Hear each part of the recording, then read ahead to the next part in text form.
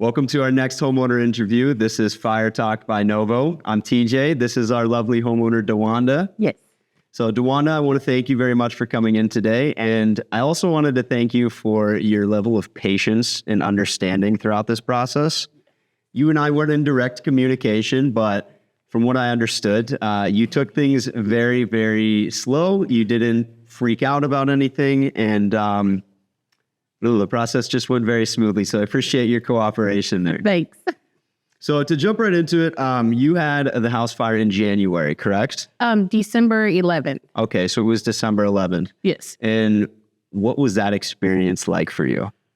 It was horrible. So I wasn't at home when the house fire happened. I was on my way to work. And then I get a call saying, I think our house is on fire. I'm like, how do you think the house is on fire? And my daughter had came through the door and she kind of like smelled like this, I guess, plastic type of smell. And then she saw like a little smoke coming in the air, but they didn't know where the fire was coming from because everybody was getting ready to lay down and go to sleep. Oh, so this happened at night? At night. And so I was like, get everybody out of the house. And then they were trying to check to see the location of where the fire was and come to find out it was in the laundry room. And do they know what caused that fire? It was the washer, which is crazy because everybody is like, a washer?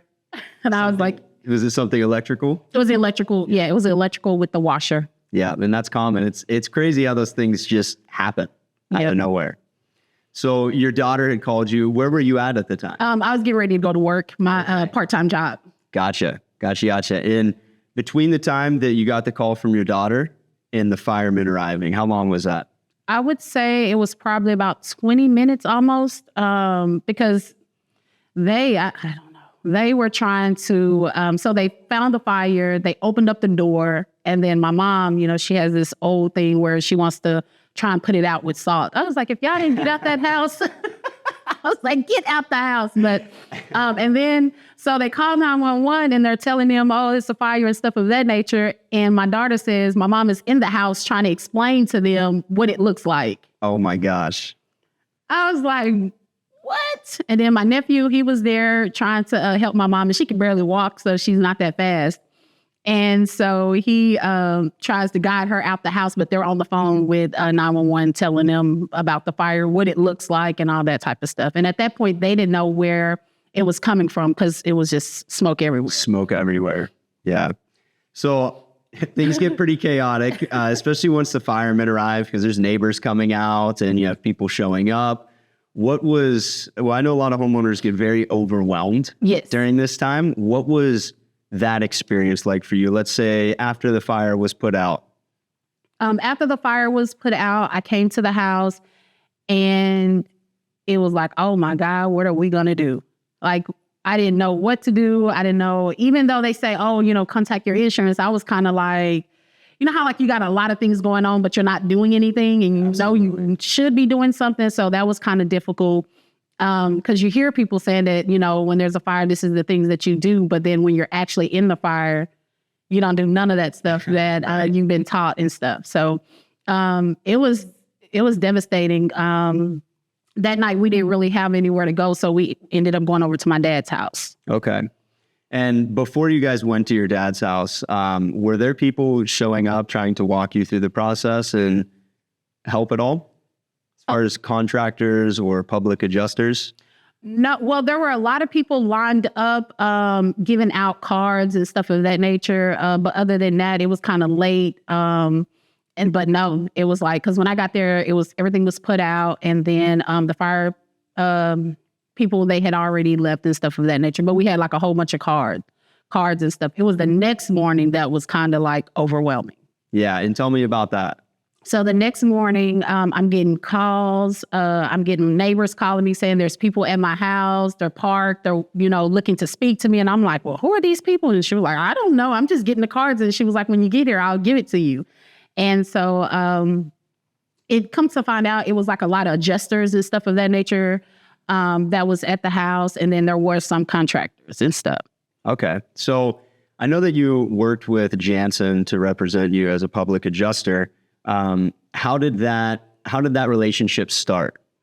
So they actually called me, right? And so my dad, he was trying to explain to me what I needed to do and stuff of that nature. But then Jensen, they called me. I had a conversation with them. I felt real comfortable on the phone. Like he was kind of trying to walk me through the process and stuff of that nature. We set up a time to meet. I ended up going to the Starbucks over there by my house, and we sat and we talked. And then he initially brought a contractor with him, and we were talking about the process and stuff. Okay. And when you were at this meeting, what things did they say that made you want to work with them? They were just telling me about how, how many years they've been in the business, how they cater to their clients. And they basically kind of assured me that I really wouldn't have to do a lot of work, because I was kind of like, he was saying a lot of stuff. It kind of made sense. And I was like, I don't know what to do. And he was like, well, that's why I'm here. You don't have to do anything. We're going to take control. You pick who you want as a contractor. We'll give you like a couple people to pick from and stuff of that nature. Even though there was a contractor there, he was like, you don't necessarily have to go with these guys. You can pick anybody. And he says, whoever you pick, we're going to work with them and we're going to see this through. If you have an issue, he says, you contact me and then I'm going to handle it. So he kind of, in a sense, put my mind at ease, because I was like, I've worked with insurances in the past regarding car wrecks, and that is kind of like, oh my goodness. And I was like, oh my God, I'm gonna have to do that again. He was like, no, that's our job. And I was like, oh, okay. So I was like, okay, I'm kind of sold. That's awesome. That's awesome. And so from that meeting, would you say that there was any skew in your expectations versus what they did for you? I really didn't have any expectations. I know it was just a lot of stress. There was a lot of anxiety going on. And so I was just kind of like taking it in. I had like my little notepad. I was trying to take as many notes as possible. And he said, it's a process. And then it was kind of like around the time of Christmas. So it was like, oh, it's really going to be a process. Yeah. So. Yep. And so you initially had signed up with a different restoration company. How did Novo get involved? So the guy that the guy that was there at the meeting, I can't think of his name, Dylan, I think. Yeah. He was explaining everything. I signed the documents and stuff of that nature. They asked for my policy. And he was saying, okay, we go through. He was telling me about the process of salvage, non-salvage, and stuff of that nature. It was taking them a kind of a lengthy amount of time to go into the home to kind of like, I guess, see what was salvageable and not salvageable. I guess that's a word. And we scheduled a meeting to go and look at the home. And then when we showed up, the guy was like, we're going to clear everything out and we're going to clean and wash everything. Everything is salvageable. And then my contractor is like, no, you can't clean a mattress. And who was saying that they were going to clean it? Your adjuster? The contractor, the first contractor. I can't even think of their name. Oh my God. But he came and he was just like, we're going to clean everything. And then, so my contractor pulls me to the side and he was like, no, this is not how this goes. He was like, the expectation that they had given us initially wasn't what they were presenting at the time of the walkthrough. And so he was like, this guy didn't even come in and walk through the home to see the conditions of the home. He just sent them like a bill of like $90,000 of everything's going to be cleaned. Wow. And then my contractor was like, no, that's not how it works, because if it can't be cleaned, then he explained to me about like the insurance and the salvageable and the non-salvageable and like the, I guess the amount of money that, insurance have set aside. And he was like, that's not going to work. Yeah. And a lot of times what happens is the insurer can actually save money by making your items salvageable, and they'll take them and clean them rather than replace it. And what a lot of times happens, especially with cloth material, is you can't get that smell out. Right. So that's why we definitely heavily rely on the public adjusters, because what they'll do is right to replace these things. Right. And go ahead. What a lot of homeowners aren't aware of is you actually have a right to say whether you want to replace or clean items. Now, it may not always get approved, but you do have the right to say that. And so that's what my contractor said. And so my contractor, he calls up, I think it's Dylan. He calls Dylan up. Dylan comes on the spot and he was like, I apologize and stuff of that nature. And then he says, I have a person, don't stress out or anything of that nature. And then he gave me y'all's number. And then I end up meeting Novo. So it was good. Good. And what was the time between the fire happening and when you started working with Novo? Oh, I want to say the fire happened in December, and I think we started around March or April, if I'm not mistaken. So again, that's why I say that it was a big gap from the time I started working with you guys. So we had already lost a lot of time. Right. And that's pretty common. It does take a lot of time because, especially if you're working with a public adjuster, they have to communicate with insurance, they have to communicate back with you, and then no work can really begin unless the contractor is going to fork their own money up front until those approvals have been sent. So right. And then when Dylan came, he, of course, gave me a number to call, and that was Anel. And so I called Anel, and then it just kind of went from there, and it started going kind of fast. It was pretty good. Cool. Okay, so when you started working with Novo, I understand that the fire was contained to your laundry room. And when we came in, we were able to replace the full kitchen, yes, the cabinets, all of the flooring in the house. And just before we were finished, somebody had come, I believe it was a city, they had come and turned the water on. Well, the house wasn't ready for that. And we had a nice surprise the next morning and had to replace all of the floor. So I can imagine for you, that was a lot to hear. That the house got flooded? Yes, it was. But then it was a lot to hear. But then Neil kind of got on it. He talked to me. He was like, no worries. And then I just kind of was like, okay, I'm going to trust the process. And it just kind of, that part went smooth. And then there was it's out. And it was so crazy. So we were supposed to move in, I think, on a Monday. And then I had just stopped by that Saturday. And water was just coming from the roof, the floor, because the half of the floor had already been removed. And he was like, oh, we're going to replace that. And I think you guys were going to replace it on Saturday. So I just stopped by, and then I was like, oh, my God. And I was like, oh, I don't want to call him. I said, oh, I don't want to call him. This is another thing. So I ended up calling him, and he was like, well, hold on. How long are you going to stay there? I'm on my way. And I was like, a Saturday? And he was like, I'm on my way. And he came out there. Good. Yeah. And I remember we were able to get the flooring replaced pretty quickly. Thankfully, they had the same stuff in stock.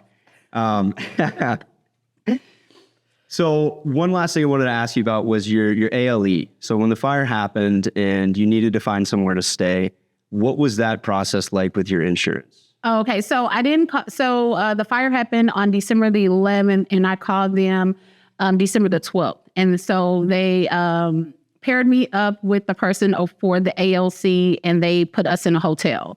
And so they put us in a hotel for about like a week, almost a week, a couple days. And then they ended up moving us to a Airbnb because they were basically saying you have so much money in this because the way they explained it, they're saying there's like 3 pots, right? Right. And there's the construction pot, or they call it the building structure, the structure pot. Then you have the additional living cost. That's and then the personal property. And so they were saying the additional living cost, there's a certain amount of funds for that. And they were basically saying they wanted to make sure it was enough for the whole process of the restructuring of the house. Right. So the insurance was pretty good on that. Like I said, they put us in a hotel, and then we went to an Airbnb. Cool. Well, a lot of insurance are a lot slower to get you into the Airbnb. So I'm glad to hear that they took care of that quickly. Yes. They were like, we got to get y'all out this hotel. So. All right. Well, after all that happened, the fire, the mishap with the floor twice, what would you say that your experience was like? I say that I didn't have any expectations because I've never had a fire. I've never really talked to a person about what they went through during a fire. So this is like my first time. I was just kind of like a deer in headlights, like, okay, I don't know what to do. But I had a contractor who was by my side, and then I had you guys who was by my side. So it was, you know, there was some mishaps, but overall, I say that it was a good experience. I don't want to go through a fire again, but if it happened again, I kind of know what to do and stuff of that nature. And then just the process of rebuilding everything, it's like, hey, you know, don't look at this as a bad thing. Those new upgrades you want, let us know about it. We're going to take care of it. And I was like, oh, okay. So it's like moving into a brand new home, up-to-date brand new home. So walking into the house now, we're like, dang, this is our home. It's not an Airbnb, because it looks like an Airbnb now, the way the floors are laid. It's just more space. And it was, and then the cabinets, oh my God, I'm in love with the cabinets. I liked it. I don't want to go through it again, but I like the outcome. That's awesome. I'm glad to hear. Not many people go through fires and say that they like the outcome. Yes. It was stressful, but when you have a team behind you, then the process goes a little smoother. I wouldn't be able to imagine if I had to go through it by myself with no contractor and then without you guys. Because I've heard horror stories of people saying people are not answering the phone and stuff of that nature. So when I was talking to my friends, I was like, that hasn't been my experience. So that's good. Yeah. And that's something that we value a lot at Novo is communication.